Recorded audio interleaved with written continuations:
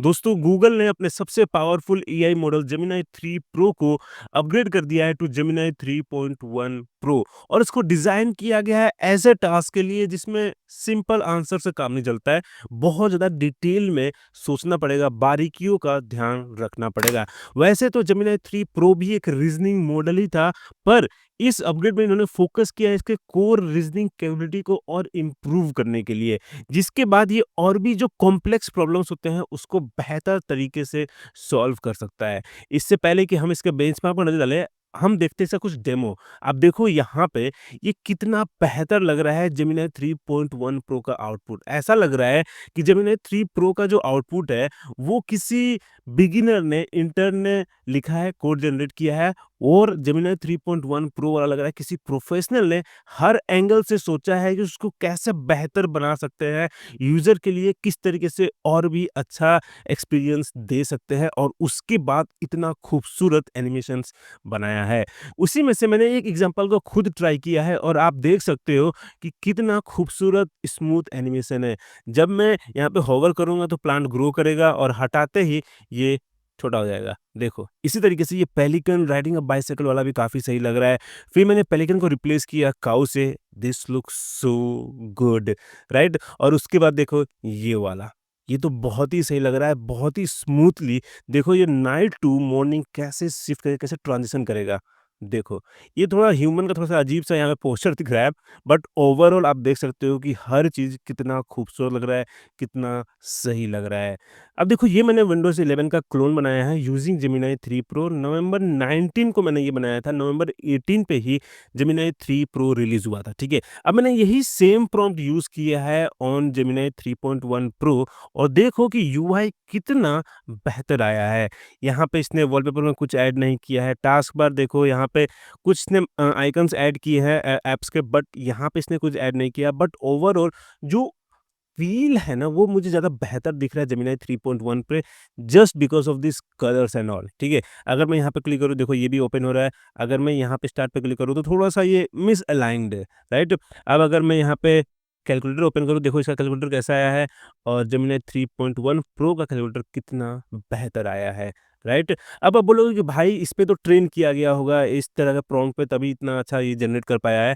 तो मैंने थोड़ा-सा प्रॉम्प्ट को मॉडिफाई किया और यहाँ पे बोला कि create a Windows desktop simulation but with popular MacBook apps like safari, calculator, terminal, ठीक है? तो बेसिकली मैं बोल रहा हूँ कि विंडोज़ डेस्कटॉप बनाओ, बट उसमें मैकबुक ऐप्स होना चाहिए। तो यहाँ पे इसने फाइंडर ऐड कर दिया है, देखो कितना सही है, राइट? ये पूरा एप्पल का ही फ़ील दे रहा है, पूरा कलर्स यहाँ पे। देखो सफारी ब्राउज़र बहुत सही, विकिपीडिया ओपन कर दिया यहाँ पे, टर्मिनल है यहाँ पे, फिर देखो calculator, this is really good. जैसे एप्पल का होता है वैसे ही कैलकुलेटर का पूरा डिज़ाइन है ये। This is much better, right? अगर कंपैरिज़न को आगे बढ़ाएँ तो आप देखो कि जेमिनी 3 प्रो का जो यहाँ पे डिज़ाइन इसने जनरेट किया है वो बहुत ही सिंपल है, पर वही जेमिनी 3.1 प्रो में बहुत ही ज़्यादा डिटेलिंग है। देखो किस तरीके से इसने पूरा डिटेल में हर कंपोनेंट को इसने प्रेज़ेंट करने की कोशिश किया है। अब आपने देखा होगा कि नेटफ्लिक्स पे भी शो आया था जिसमें एक बंदा पूरा ताइपेई 101 बिल्डिंग को पूरा क्लाइंब करता है, राइट? तो मैंने इसी का पूरा सिमुलेशन यहाँ पे बनाया है। सिंपल सा मैंने प्रॉम्प्ट दिया है, create a pixel perfect clone of Taipei 101 and a miniature surrounding city with cars, building, people, street lights and etc. ठीक है? और अब देखो ये कितना सही आया है। आप देखो कि जो डिज़ाइन है, जो आर्किटेक्चरल डिज़ाइन है, बिल्डिंग का स्ट्रक्चर है, वो काफ़ी हद तक इसने रेप्लिकेट करने का कोशिश किया है। आप देखो कि ओरिजिनल बिल्डिंग का डिज़ाइन भी कुछ इसी तरीके का है और यहाँ पे भी उसने कुछ ऐसा ही बनाया है, ठीक है? और अगर ज़ूम करूँगा तो देखो यहाँ पे कार्स भी मूव कर रहे हैं। This is really good. तो इतना डिटेल्ड में अभी तक जेमिनी से आप इस तरह के एनिमेशंस या एसवीजी या इस तरह के सिमुलेशंस को आप जनरेट नहीं कर पा रहे थे। बट अब ये काफ़ी बेहतर और हर बार इस तरह का इतना बेहतर आउटपुट दे रहा है। पहले क्या हो रहा था कि थोड़ा बहुत कभी दे रहा है आउटपुट अच्छा, बट कभी बहुत खराब दे रहा है। पर इस बार मैंने देखा है कि जितनी बार भी मैंने ट्राई किया है, उतनी बार आप देखो कि ये सिंगल प्रॉम्प्ट में सब कुछ आया है। यहाँ पे मैंने थोड़ा-सा एरर आ गया था जो इसने फिक्स किया, फिर मैंने यहाँ कलर ऐड करने को बोला है। ओवरऑल बाकी सब कुछ इसने एक प्रॉम्प्ट में क्रिएट करके मुझे दे दिया। देखो यहाँ पे भी एक ही प्रॉम्प्ट में सब कुछ था। ठीक है? यहाँ भी एक ही प्रॉम्प्ट में। अब अगर हम इसकी बेंचमार्क परफॉर्मेंस की बात करें तो आप देखो कि ह्यूमैनिटीज़ लास्ट एग्ज़ाम में जेमिनी 3.1 प्रो काफ़ी बेहतर स्कोर कर रहा है अगेंस्ट ओपस 4.6 और जीपीटी 5.2। पर जैसे ही इसको सर्च और कोड का एक्सेस दिया जा रहा है, वहाँ पे जेमिनी 3.1 प्रो पीछे हो जा रहा है जी ओपस 4.6 से।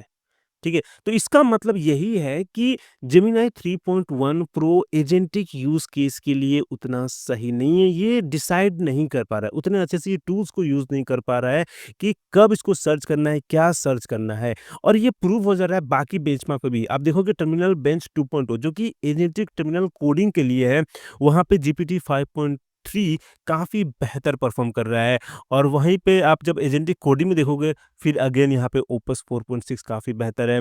फिर यहाँ पे फिर से स्वीप बेंच प्रो है, वहाँ पे जीपीटी 5.3 फिर यहाँ पे अगेन एजेंटिक टूल यूज़ है, वहाँ पे भी ओपस 4.6 काफ़ी बेहतर है। हालाँकि डिफरेंस उतना ज़्यादा नहीं है, पर फिर भी परसेंटेज का भी 1% का डिफरेंस से भी परफॉर्मेंस में काफ़ी अंतर पड़ सकता है क्योंकि आप जब एजेंट्स को एक्सेस दे रहे हो अपने अलग-अलग टूल्स का, तब आप चाहोगे कि बहुत ही बेहतर तरीके से जितना कम एरर हो, उतना सही रहेगा। सो शायद जब आपको एजेंट बनाना होगा, कॉम्प्लेक्स एजेंट्स बनाना होगा, तब आप जेमिनी 3.1 प्रो को यूज़ नहीं करोगे।